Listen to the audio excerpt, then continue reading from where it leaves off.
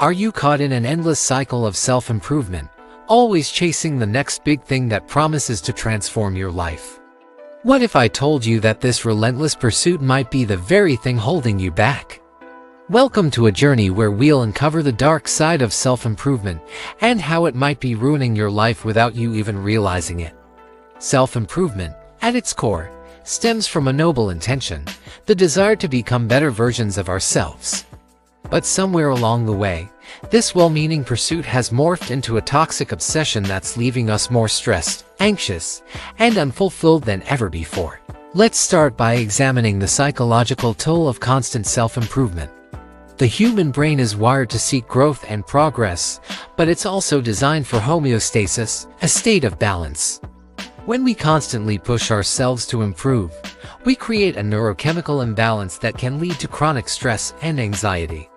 This perpetual state of striving activates our sympathetic nervous system, triggering the release of cortisol and adrenaline. While these stress hormones are beneficial in short bursts, prolonged exposure can lead to burnout, decreased immune function, and even cognitive decline. Studies have shown that individuals who constantly engage in self-improvement activities have higher levels of cortisol throughout the day, even when they're not actively working on themselves. But the problem goes deeper than just physiological stress. The self-improvement industry has created a narrative that we're inherently broken and need fixing.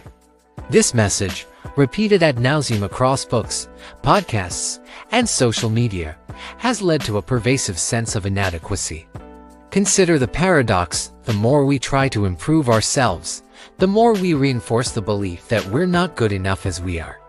This creates a vicious cycle where we're always chasing an elusive ideal version of ourselves, never quite reaching it, and feeling worse about ourselves in the process. This constant focus on self-improvement can also lead to a phenomenon psychologists call self-objectification. We start viewing ourselves as projects to be optimized rather than human beings to be lived. This objectification can lead to a disconnection from our authentic selves and our intrinsic motivations. Let's delve into the concept of hedonic adaptation. This psychological principle suggests that humans quickly return to a relatively stable level of happiness despite major positive or negative events or life changes. In the context of self-improvement, this means that even when we achieve our goals, the satisfaction is often short-lived. You lose those 20 pounds, get that promotion, or learn that new skill, and after a brief period of elation, you're back to square one, looking for the next thing to improve. This creates a never-ending treadmill of dissatisfaction, where we're always chasing the next high of achievement without ever feeling truly content. Now, let's examine the opportunity cost of constant self-improvement.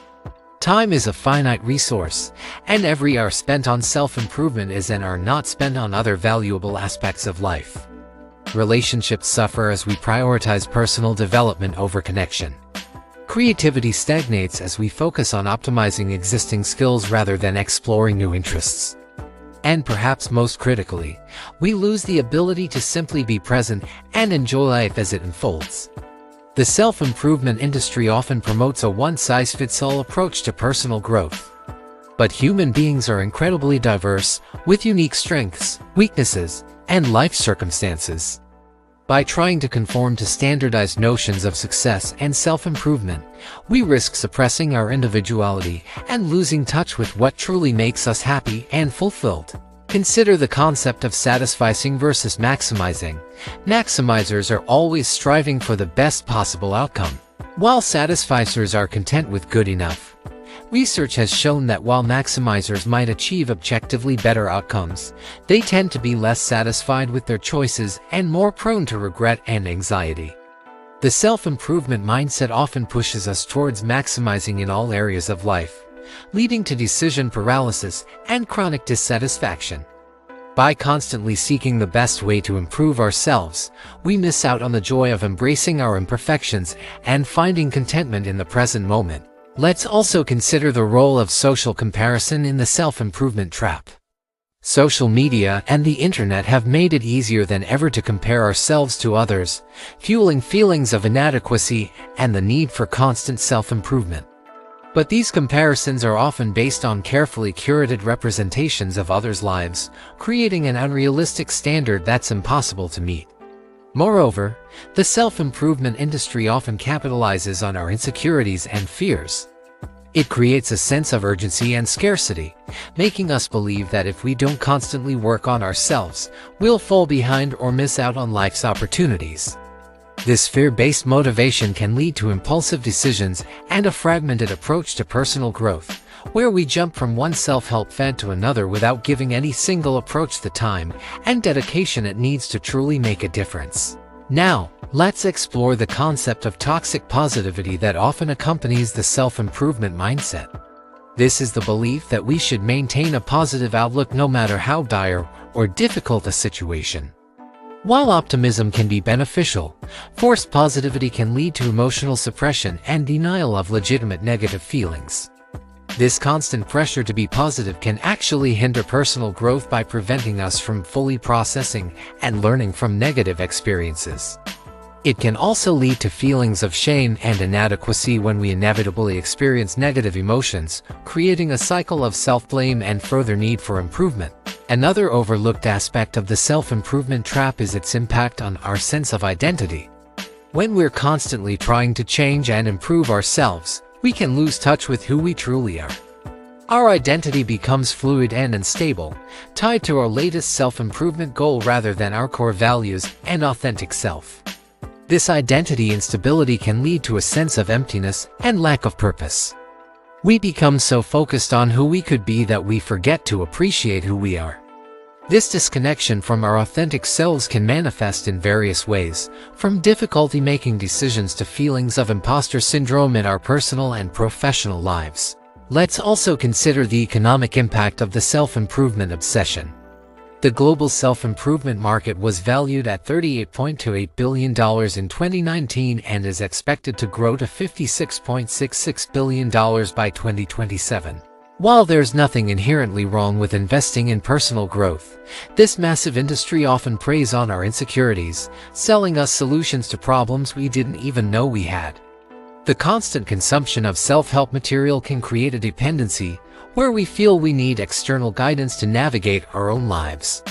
This not only drains our financial resources but also erodes our self-trust and ability to rely on our own judgment and intuition. Now, I'm not suggesting that all self-improvement efforts are harmful. Growth and learning are essential parts of the human experience. The key is to find a balance and approach self-improvement from a place of self-acceptance rather than self-rejection. So, how can we break free from the self-improvement trap? Here are some strategies to consider. 1. Practice radical self-acceptance. Acknowledge that you are inherently worthy and valuable, regardless of your achievements or areas of improvement. 2. Set intrinsic goals. Focus on goals that align with your values and bring you genuine joy, rather than external markers of success. 3. Embrace imperfection. Recognize that flaws and mistakes are part of the human experience and can be sources of growth and connection. 4. Cultivate presence. Practice mindfulness and learn to appreciate the present moment instead of always fixating on future improvements. 5. Redefine success. Challenge societal definitions of success and create your own metrics based on what truly matters to you. 6. Limit consumption. Be selective about the self-help content you consume and take regular breaks from improvement-focused activities. 7. Foster self-compassion. Treat yourself with the same kindness and understanding you would offer a good friend. 8.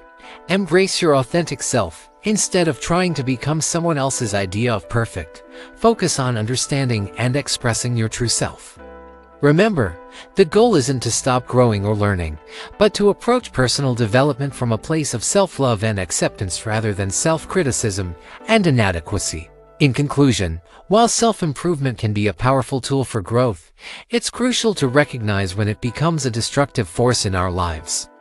By understanding the hidden traps of constant self-improvement, we can cultivate a more balanced, authentic, and fulfilling approach to personal growth. So, the next time you feel the urge to buy that self-help book or sign up for another personal development course, pause and ask yourself, am I doing this out of self-love or self-rejection? the answer might just be the key to breaking free from the self-improvement trap and starting to truly live your life.